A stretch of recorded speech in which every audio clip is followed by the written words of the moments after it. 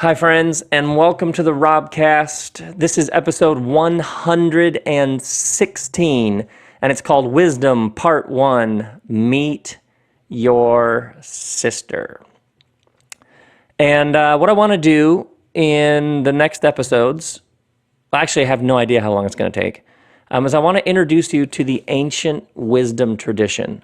And the reason why I want to do this is because we need it more than ever. The question that I have heard this past year, almost more than any other question, is how do I watch the news and not lose my mind? Anybody know what I'm talking about? It's seriously, you won't believe it. Whatever city, whatever country I am, somebody asks some question that is a version of that. What is happening? Is the world like going off a cliff? Sometimes it's a question that starts with Trump and the rise of Donald Trump and the implosion of the Republican Party, and this almost haunting question a number of people have had, like, have a significant number of people like totally lost the plot?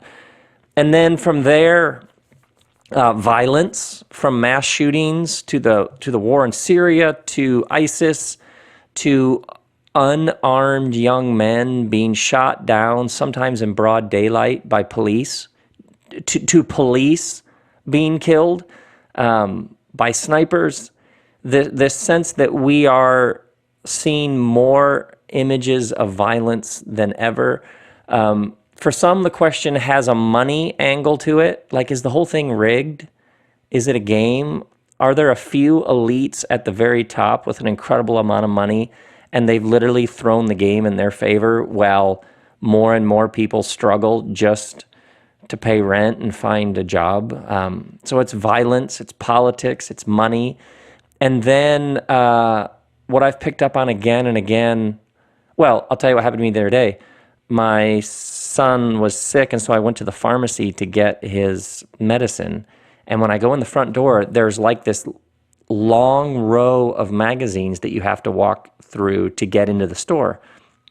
I mean, it's like 50 feet of drugstore magazines, and almost every one of them have a picture of Taylor Swift and Kim Kardashian on the cover. And there's some dispute among these two women involving a phone call and a song and a videotaping of the phone call. And I'm a huge Taylor Swift fan, but the fact that you and I know these sorts of things means that there is a multi-billion-dollar gossip, celebrity, news media machine that is fire hosing us with bits and pieces and fragments of things that we don't really need to know. Are you with me on this? And so there are a massive number of Syrian refugees fleeing for their life. But on Huffington Post, that gets the exact same amount of headline space as what this pop star wore to dinner last night. And so it's as if our culture has lost the ability to weigh and discern what's important and what isn't. Just the fact that the political system, the headlines that are being made are so often a million miles from actual discussion about actual policy that might actually help real people. Some sense, you can see why people are we losing our minds? What's happening? Now, for about 25 years, I have been getting up in the morning and I work on the next sermon, teaching, talk book. It's like that's what I'm hardwired to do. And recently I have been studying the wisdom tradition, specifically the book of Proverbs, the book of Ecclesiastes. And I'm fascinated with the subtlety and the nuance and the brilliance and depth of the ancient wisdom tradition. And just recently, I had one of those moments when writings from several thousand years ago that I've been studying, I suddenly was like, wait, these are all the same issues. This is all the stuff that's in the news right now. Our relationship with the land, whether it's industrial farming to environmental degradation to the sense that we are doing something deeply destructive to the soil, which is in turn destroying us. The sense of advertising being relentless. We're always being sold to. Violence, this celebrity gossip machine. TMZ does tours, and a TMZ bus goes by our house a couple times a day, and you can sign up and pay, and TMZ will give you like a celebrity gossip tour of Los Angeles and Hollywood and West Hollywood. Is that bonkers? Like, there's an industry making billions of dollars to tell you gossip. And I've also noticed the number of people who the stress and anxiety and the inability to sleep well is somehow connected with the images and fragments and bits and pieces that they're being fire hosed with every day. And so I had this moment like, oh, we as human beings, we are facing the same things that people have been facing for thousands of years. And so when that question comes up, how do you watch the news and not lose your mind? There is an ancient tradition of wisdom that existed to ground and center and root you in peace, in joy, in a calm sense that you're not losing your mind, that you can have a clear head and a full heart, and you can actually engage life with some level of focus and intentionality. So that's what I want to do. I want to introduce you to this wisdom tradition, and it's going to take a while. First, I want to take you through the book of Proverbs and show you some of the big ideas, some of the central themes. So there'll be multiple parts to that, but that'll be like almost like a part one, which will be Proverbs wisdom. But I can't show you Proverbs wisdom without showing you Ecclesiastes wisdom, because Ecclesiastes wisdom is essentially the wisdom for everybody who followed Proverbs wisdom and still had their heart broken. And I call it the wisdom after wisdom. So you need Proverbs wisdom, but then if you actually live in the world and you take some shots, you get some bruises and some wounds, you need Ecclesiastes wisdom as well. And then what Jesus was doing was essentially bringing a new subversive post-conventional wisdom. So I want to take you through the wisdom tradition as Jesus understood it, and then we'll have to talk about pre-conventional, conventional, and post-conventional wisdom, and we're going to cover all sorts of territory. I don't know, that's probably like January, February, who knows. But we'll start with Proverbs wisdom, and I actually have no idea how long this will take, but I am really, really excited about it. I keep discovering new things, and there's that moment when you realize, oh, this thing that has everybody spinning right now, there's actually a way to think about this that's helpful and insightful, and you actually don't have to spin like that. There can be clarity and direction and focus. So that's what I want to do, is I want to introduce you to the wisdom tradition, and my hope is that it helps you in everything from how you follow the presidential campaign, to how you sleep, to how you think about how you talk, to what you eat. We're going for the whole thing here. So that's my intro. So now let's jump in, shall we? And this episode is in some ways just an intro. I just want to cover a few basic ideas, and then we'll gradually get more and more specific. But in terms of an intro to the wisdom tradition, Proverbs is where we're going to start. And that's a book in the middle of the Bible, and I love it because it's just the poetry, the insight, some of the turns of phrase. But there's one central idea that I want to show you that it's just so interesting. So first off, the word wisdom. Right away in Proverbs, the Proverbs of Solomon, son of David, there's a bunch of authors of the book of Proverbs for gaining wisdom and instruction. The word wisdom is the word hakma, and it's a feminine word. So in the Hebrew language, there are masculine and feminine words. It's a feminine word. Now, the reason why that's interesting is because in the ancient wisdom tradition, wisdom is personified as a woman, as a she. So, chapter 3, she's more profitable than silver. She yields better returns than gold. She's more precious than rubies. Nothing you desire can compare with her. Long life is in her right hand. She's a tree of life to those who take hold of her. There's something about that I absolutely love. So in the wisdom tradition, like in the Greek tradition, Sophia is wisdom. In the Hebrew tradition, once again, wisdom is a woman.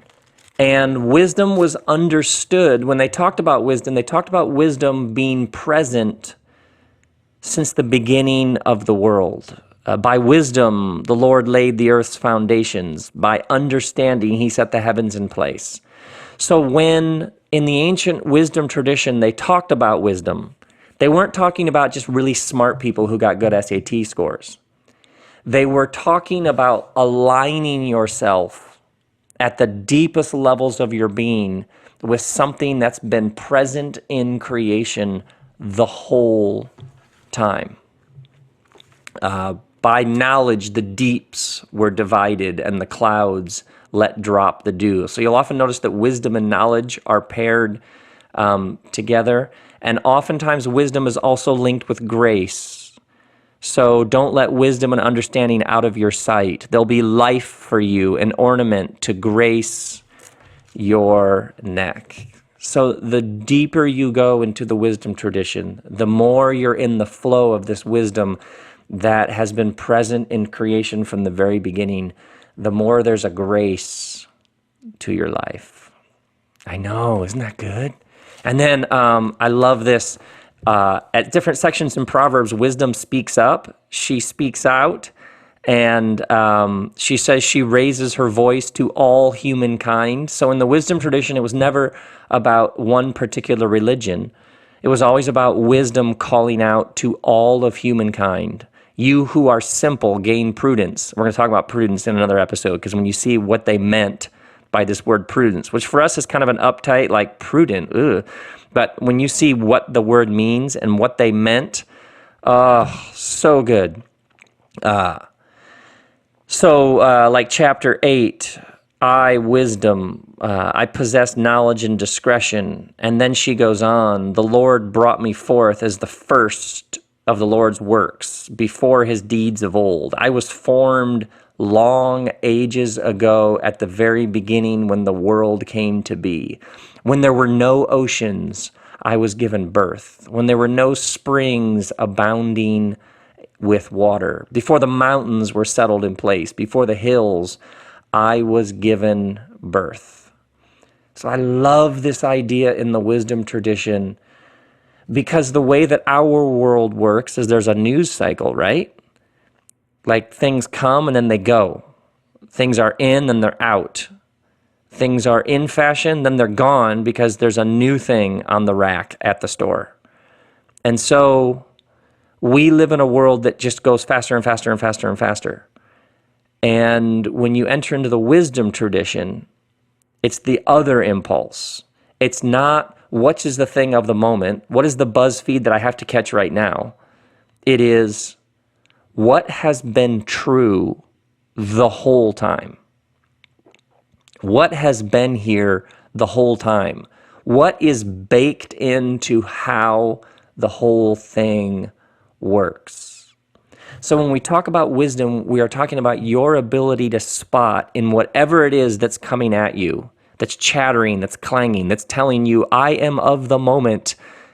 When we talk about the wisdom tradition, we are talking about you and I growing in our ability to spot the thing that's true here that's always been true. It's almost like modern culture is treble and we're looking for bass.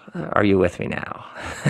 We're looking for the low rumble that undergirds the whole thing.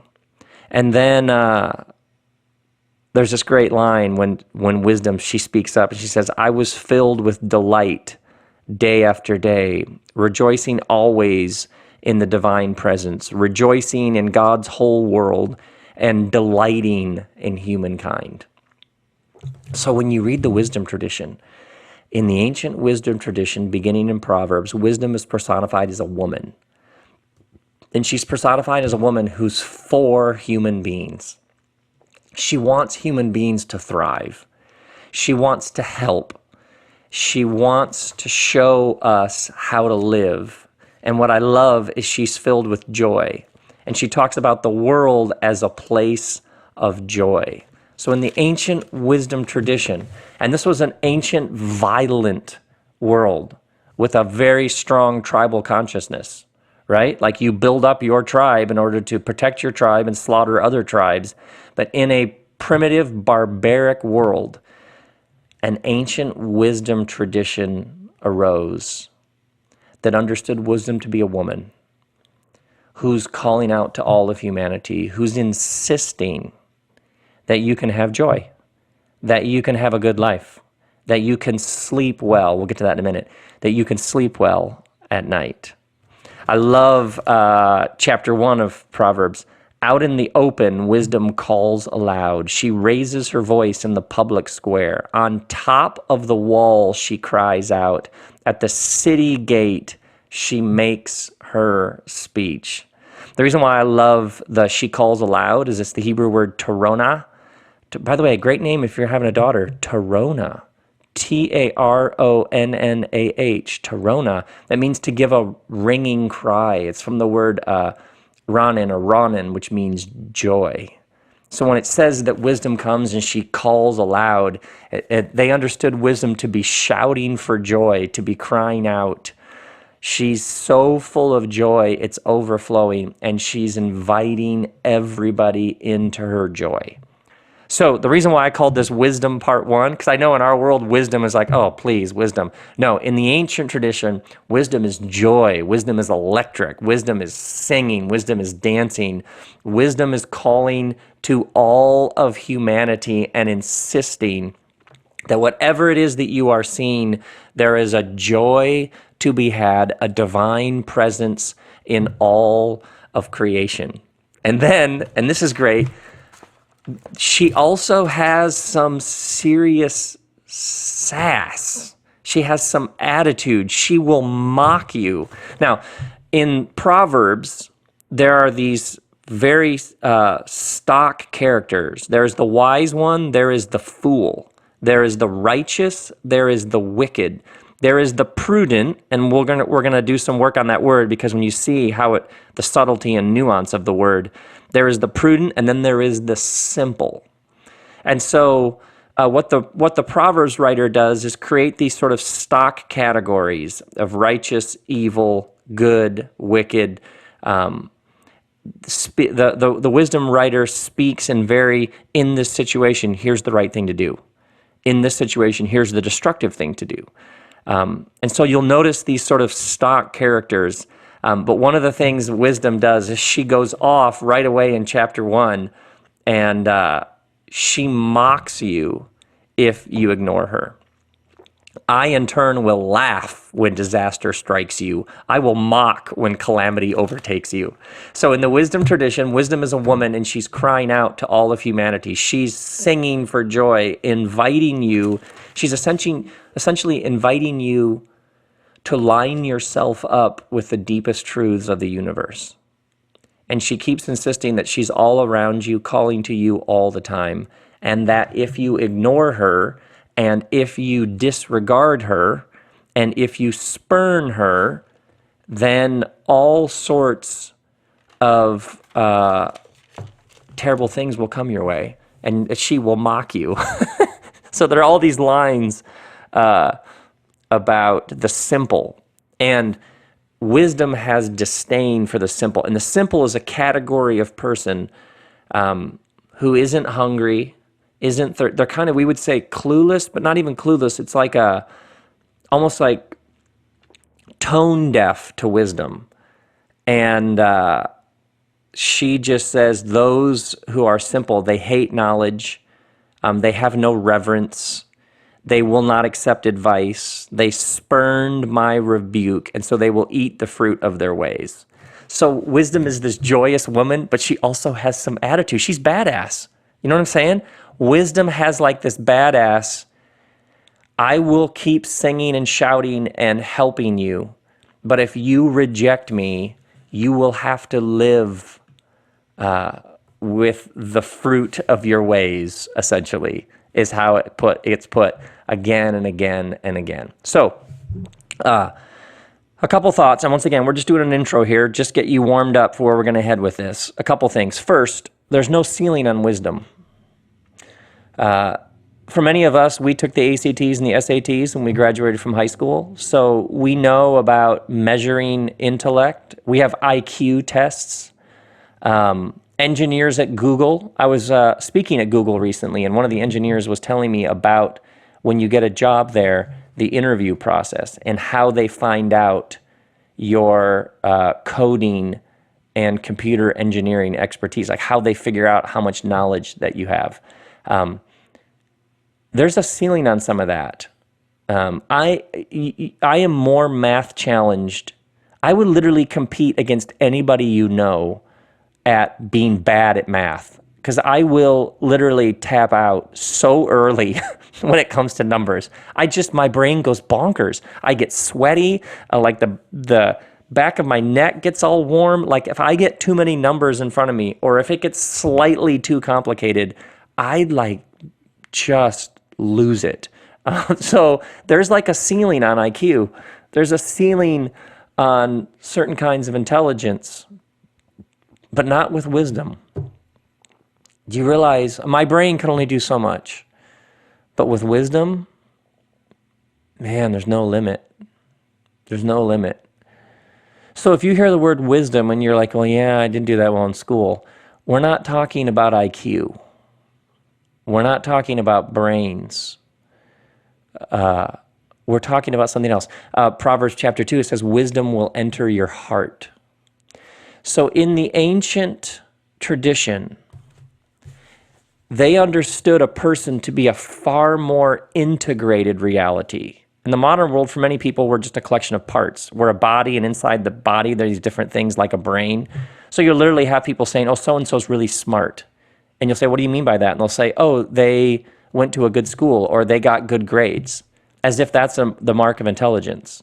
So you can see in the modern world how we prized a particular kind of, a very, very narrow actual kind of intelligence that can be measured on tests. I never did well in school. School always made me feel stupid, honestly, because I grew up in a world where your grades were the measure of how smart you were, and I never got good grades. Whenever it was like, this is how it's done, there was something within me that was like, yeah, but isn't there some better way that it could be done, or couldn't it be done this way? And I generally got marked down for that attitude. So I didn't, academics, I graduated from college thinking I was not very smart.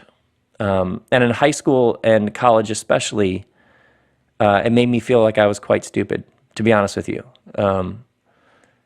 And that is because I was raised in a modern world that prized a particular kind of intelligence that could be narrowed down to a couple very specific filters and then tested, generally involving a scantron where you'd fill in bubbles with a pencil.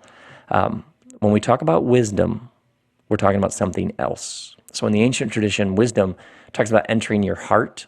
We'll see how in the wisdom tradition, your heart, your body, your bones, everything was an integrated, seamless reality, a much healthier way to view yourself. This is why smart people often tweet stupid things, by the way. This is why very wealthy, famous, accomplished people take photos of their body parts and send them and ruin their careers. And we're like, how did that person who's that smart and that rich, how did they do something that dumb? Here's the answer: wisdom. Wisdom. There's even books about, there's a couple different books out that I know of about people who lost their career because of things they tweeted. What are those books about? Essentially wisdom. It's one thing to be smart. It's one thing to know how to make money. It's a different thing to be wise. So sometimes what you are seeing are very public, ugly examples of intelligence without wisdom, of brain power without wisdom, of processing speed without wisdom. And here's the thing about wisdom. Here's the good news of the wisdom tradition. There's no ceiling on wisdom. You and me, we can seek wisdom. We can go after it. We can learn to ask questions. We can open our eyes and minds and hearts. And wisdom, there's no limit. There's no limit. So anybody who's like, well, wisdom would be nice, but you don't understand. I just made a mess of things. Whoa, whoa, whoa, whoa. Wisdom, no ceiling on that. Second, in the wisdom tradition, there are these stock characters. There are fools, and there are the simple, then there's the wise and the prudent. There are these stock characters, and one of the words in the wisdom tradition they use is the fool. And the fool is the person who despises wisdom and instruction. They despise correction. So this is somebody who refuses to listen when somebody else says, hey, there's probably a better way you could do that.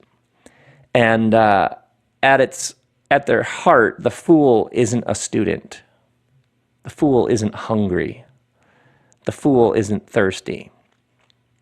So if you are like, man, I don't want to be the fool.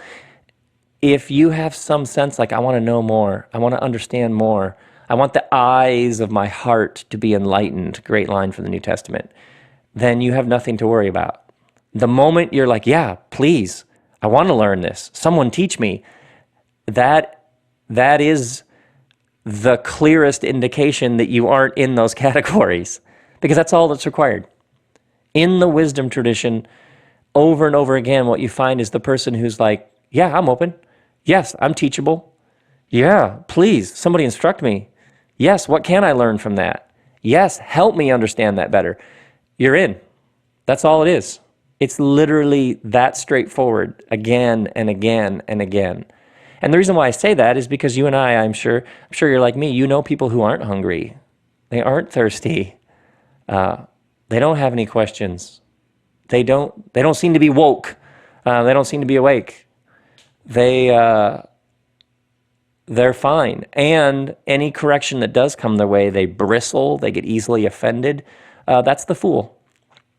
The fool is the person who isn't hungry, isn't thirsty, and doesn't want anything more. Third, what you'll find again and again and again is this line that repeats throughout Proverbs, and it says, the fear of the Lord is the beginning of knowledge. The word fear carries with it the idea of respect. It's like a holy reverence. It's like a holy terror, but a good terror. Kristen and I love to go out in the ocean and stand up paddle. And on numerous occasions, we've been out in the ocean and have been out with whales. But I remember this one time we were paddling way, way out, like, I don't know, a mile. We're way out in the ocean, and a whale went under Kristen's paddleboard, surfaced between the two of us, and then went under my board. I was going to say a big whale as opposed to, the other kind. But when you're in the water, and this happens to me every time, when you're in the water with a whale, you just haven't been close to something that big as a general rule in most of the course of your life. But what's interesting is it's massive. And the blowhole, when it does that blowhole thing, it's so loud that it rattles you, it shakes you. But you know that the whale doesn't have any desire to hurt you. You're probably fine. You're probably going to be fine. I say that probably we're playing the odds here. But what's interesting, the first time that I saw a whale go under Kristen's board, and then it surfaces between us, and then it goes under mine, I look over her, and she has tears coming down her face. And I do too. Because you've been around things that are good, but they're not that big or terrifying. And you may have been around things that were terrifying and massive, but they weren't that good. But when you come across something that is both massive and terrifying in its massiveness, and yet also good, it is, this is where the ancients came up. I mean, this is what holy. is one of the words. And so when it says the fear of the Lord is the beginning of knowledge, the fear of the Lord essentially is where wisdom starts. There is this deep, profound respect for the nature of life itself. There is a holiness to your breath. You're here. You were given life. You have all this power to create your life. And in the wisdom tradition, something powerful happens when you connect with this holy, sacred reverence for your very existence. Now, when it says the fear of the Lord, the word Lord there, in the English, it's capitalized L-O-R-D, all capitals. That's a reference, because there's tons and tons of names for the divine. People have been trying to name ultimate reality for thousands of years. So even in the Bible itself, they're all over the place when it comes to trying to name reality. But one of the names that you find again and again is this name Lord, which is from the Hebrew Yahweh. Now, this comes from the Exodus story. These slaves were oppressed, and they cried out, and this divine being heard the cry of the oppressed. We're getting into that later in a future episode, but this is really important because in human history at this time, the gods were on the side of the slave owners. But this is a whole new conception of the divine. This divine is on the side of the slave and hears their cry and sends them a liberator, Moses, to rescue them. So this name, Lord, when you see capital O, L, capital O, capital R, capital D, this is rooted in a belief that there is a divine power that hears the cry of anybody who's got the boot of an oppressor on their neck. Are you with me? Any of you struggling with an addiction, how does our recovery begin? It begins when we acknowledge that we are powerless, when we surrender, when we cry out. Yes, yes, there is power there when you come to the end of yourself. So, central to the wisdom tradition is the fear of the Lord is the beginning of knowledge, the beginning of wisdom. It is when you have a profound, holy, trembling respect for the power that can liberate you. When you come to the end of yourself, when you're no longer bloated with your giant ego that thinks it's the answer to everything, when you're ready at the point, when you've hit the wall, when you've got nothing, and you're crying out for wisdom, guidance, instruction, that's where it starts. That's where it starts. So if you hear the word wisdom and you're like, yeah, I've made a mess of things, you're in a beautiful place, my friends. You're in exactly the place where the whole thing starts. So that's why you get an old phrase like that, which people have abused for years. The fear of the Lord is the beginning of knowledge. It's essentially you begin with, I need help. I've made a mess of things. Is the whole thing going off a cliff? Somebody help me. And wisdom is there. She's shouting, she's singing. She's like, come on now, let's do this. And then I would add, there is something sacred and holy to life that must be honored and protected. And there is something sacred and holy to our common life together that must be honored and protected. So when it feels to you like an election is just theater or it's already been co-opted by money, it feels like it's disrespecting our common life together. You see what wisdom does is it heightens your senses to this gift of life.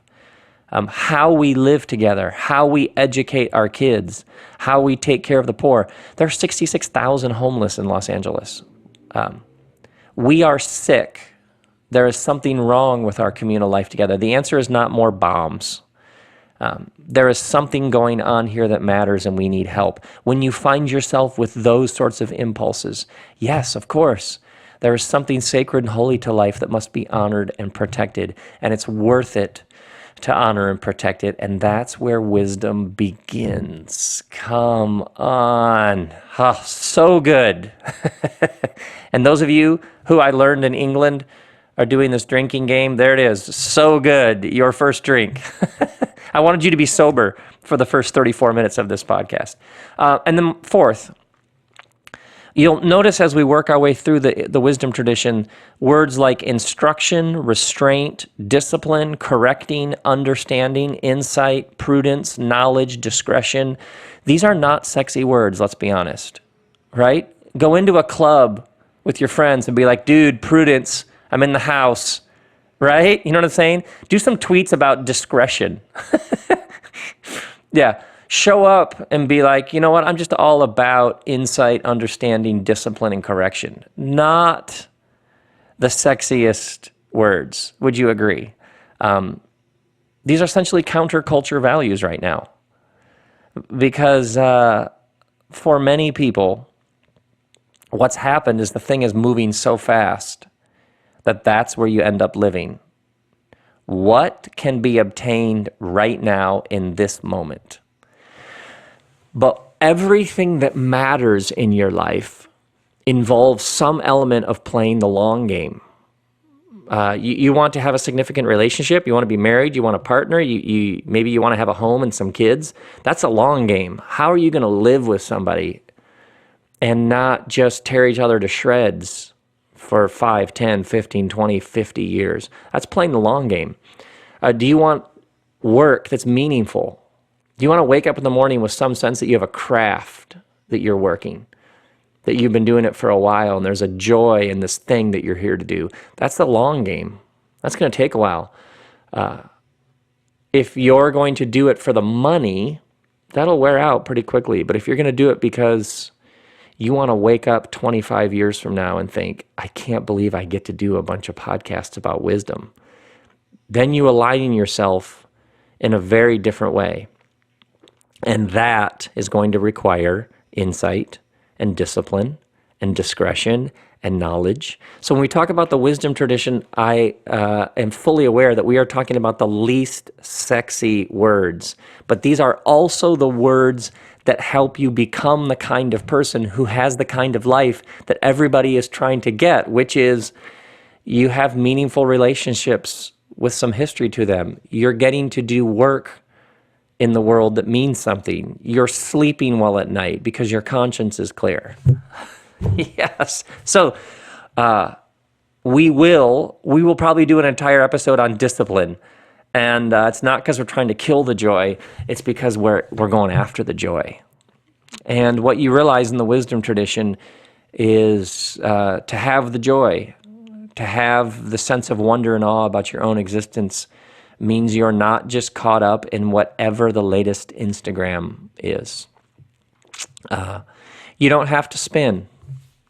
You don't have to wander around in a fog. You don't have to watch the news and wonder if the whole thing is falling off a cliff. You can actually make sense of your past, your present.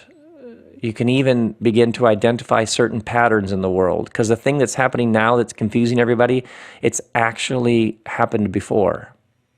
And there's very little that's new under the sun. There are great mysteries to life, but there's also wisdom. And deconstruction is fine. Deconstruction is very popular right now, taking things apart. The number of people starting podcasts because we just want to have honest discussions where we can talk about what we're really thinking. Awesome. Love it. Totally behind you. But it's also easy to tear things apart. It's also easy to talk about everything that you're bitter about, everything that you're leaving, everything that's made you cynical, everything that's hurt you. That's easy. It's important, but it's easy. Wisdom is about having something to say. Wisdom is about having insight. Wisdom is about understanding what's just below the surface. So there's a time to take things apart. There's a time to deconstruct. There's a time to get angry. But then there's a time for wisdom, understanding, insight, knowledge, discretion, and instruction. So when we talk about the ancient wisdom tradition, what we are talking about is you and I seeing more clearly. Which leads me to a fifth point. One of my favorite bands is Rage Against the Machine. I love that band. And they have just gone out. 3 of the members of Rage Against the Machine have gone out. The singer isn't gone out with them, but they've just come out with a new song, and they're on tour with Be Real from Cypress Hill and Chuck D. And so they're calling themselves the prophets of rage. And they put posters up all over our neighborhood. And that is just, it's fantastic. And they have these red hats that instead of saying make America great again, they say make America rage again. I am a huge Tom Morello fan. I love this band. And they raise their fist and they get angry. And like the motto for their current tour, and if they're coming to your city, go see them. Oh my word. What a show. But I haven't seen them yet. I'm just saying it like I know it'll be a great show. And they're talking about America, make America rage again, get angry. I love it because sometimes you need to get angry. The fact that the political system could be hijacked by nonsense or by donors and money, this makes me angry. The fact that it's so many urban schools are deteriorating and there isn't enough resources to do it right, it should make you angry. The fact that there are still people who don't have access to clean water, it should make you angry. Like there is a time to raise your fist and get really righteously pissed off. So in our communal life and when you take in the world around you, you had better have moments when you're angry. If you see the world and all of its ugliness and injustice and cruelty and human trafficking and go down the list, if there isn't something within you that just rages, then you're sleeping. But here's the thing. To fix these problems, we're going to need to be grounded and clear-headed and rooted and centered and reasonable. And we're going to have to go after these problems and fix them. But if you're going at them just with your fists flying, it's not going to happen. So in the wisdom tradition, there is plenty of healthy room to get really, really, really pissed off and rage and make America rage again. I love it. But ultimately, the wisdom tradition moves you to a place where you're ready to actually get some stuff done, in which you're grounded and centered and clear-headed, and you're rooted in something way, way, way bigger than yourself. And that's what it takes to actually get things done. And so when we talk about the wisdom tradition, what we're talking about is you being unleashed in the world in a way that could actually make a difference. And then one more point. Actually, I have like 5 more points. What you'll notice is that in the wisdom tradition talks a lot about anxiety. And it talks a lot about sleep. Proverbs chapter 3, when you lie down, you won't be afraid. Your sleep will be sweet. And so the wisdom tradition isn't ultimately esoteric ideas about the foundations of the earth. The wisdom tradition always understood that when you ground yourself in the wisdom tradition and you learn these things, insight, discretion, prudence, discipline, it will affect your body, it will affect your health, it'll affect, there are a bunch of references to bones, and it will affect your anxiety, your stress, your worry, your fear, and ultimately you will sleep better. So in all of these things we're going to look at for the next, I don't know how many months, the goal in the wisdom tradition was never just nice abstract discussions. It was always that you would lay down and you wouldn't have fear and your sleep would be sweet. Now, to wrap this up, and once again, we're just doing the intro. This is just a couple of real basic thoughts just to keep things started. The question you ask yourself is simply, what is the wisdom to be gleaned here? Think about a struggle that you've had. Think about an obstacle that's in your way. Think about something that's breaking your heart. See, when in the wisdom tradition, they understood that wisdom is calling aloud. She's shouting in the street. She's always talking to you. The reason why they personify her as a woman, she's as old as the universe. She's baked into the whole thing, and yet she's speaking to you right now. She's calling to you. Is take a struggle that you're going through right now, an obstacle, something breaking your heart. Is there something in your way? Is there something or someone that won't go away? Whatever it is it financial stress? Is it a relational issue? Is it somebody who you have been trying to get them to do something and they won't do it and you realize there must be some better way than this? Is it something you've been reading about in the news that you just can't shake? You pause, you breathe, and you ask, what is the wisdom here? What is there in this for me to learn? Because your impulse with all problems is you want to fix your problems and you want answers to your questions. But the wisdom tradition says, wait, pause, take a deep breath. You're a student, you're hungry, you're thirsty. You want to gain wisdom. So what is she saying?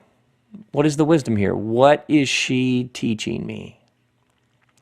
For so many of us, we're so wounded and frustrated and terrified that we forget to ask, what is the wisdom here for me? What is the thing that I could learn here? There's this great line in chapter 7. It says, say to wisdom, you are my sister. And say to insight, you are my relative. I love that. Say to wisdom, you are my sister.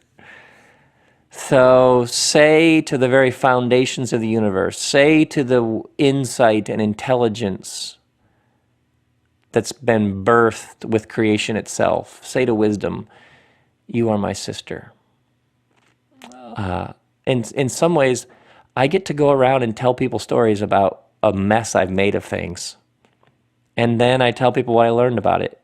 That's what we all get to do. If you read my book, like my new book, How to Be Here, most of the stories are about things going wrong, blowing up in my face, or I have no idea what I was doing. Yes, of course, all of us, that's how it works. The issue is just whether we're listening. Maybe you have this thing like, I'm the farthest thing from wise, or you've made a mess of things. Here's the good news. If you've made a complete mess of things, if you see yourself as the last person to ever obtain wisdom, if you have a train wreck history of relationships or business or trying to create things, here's the thing. There is so much wisdom in all your failure.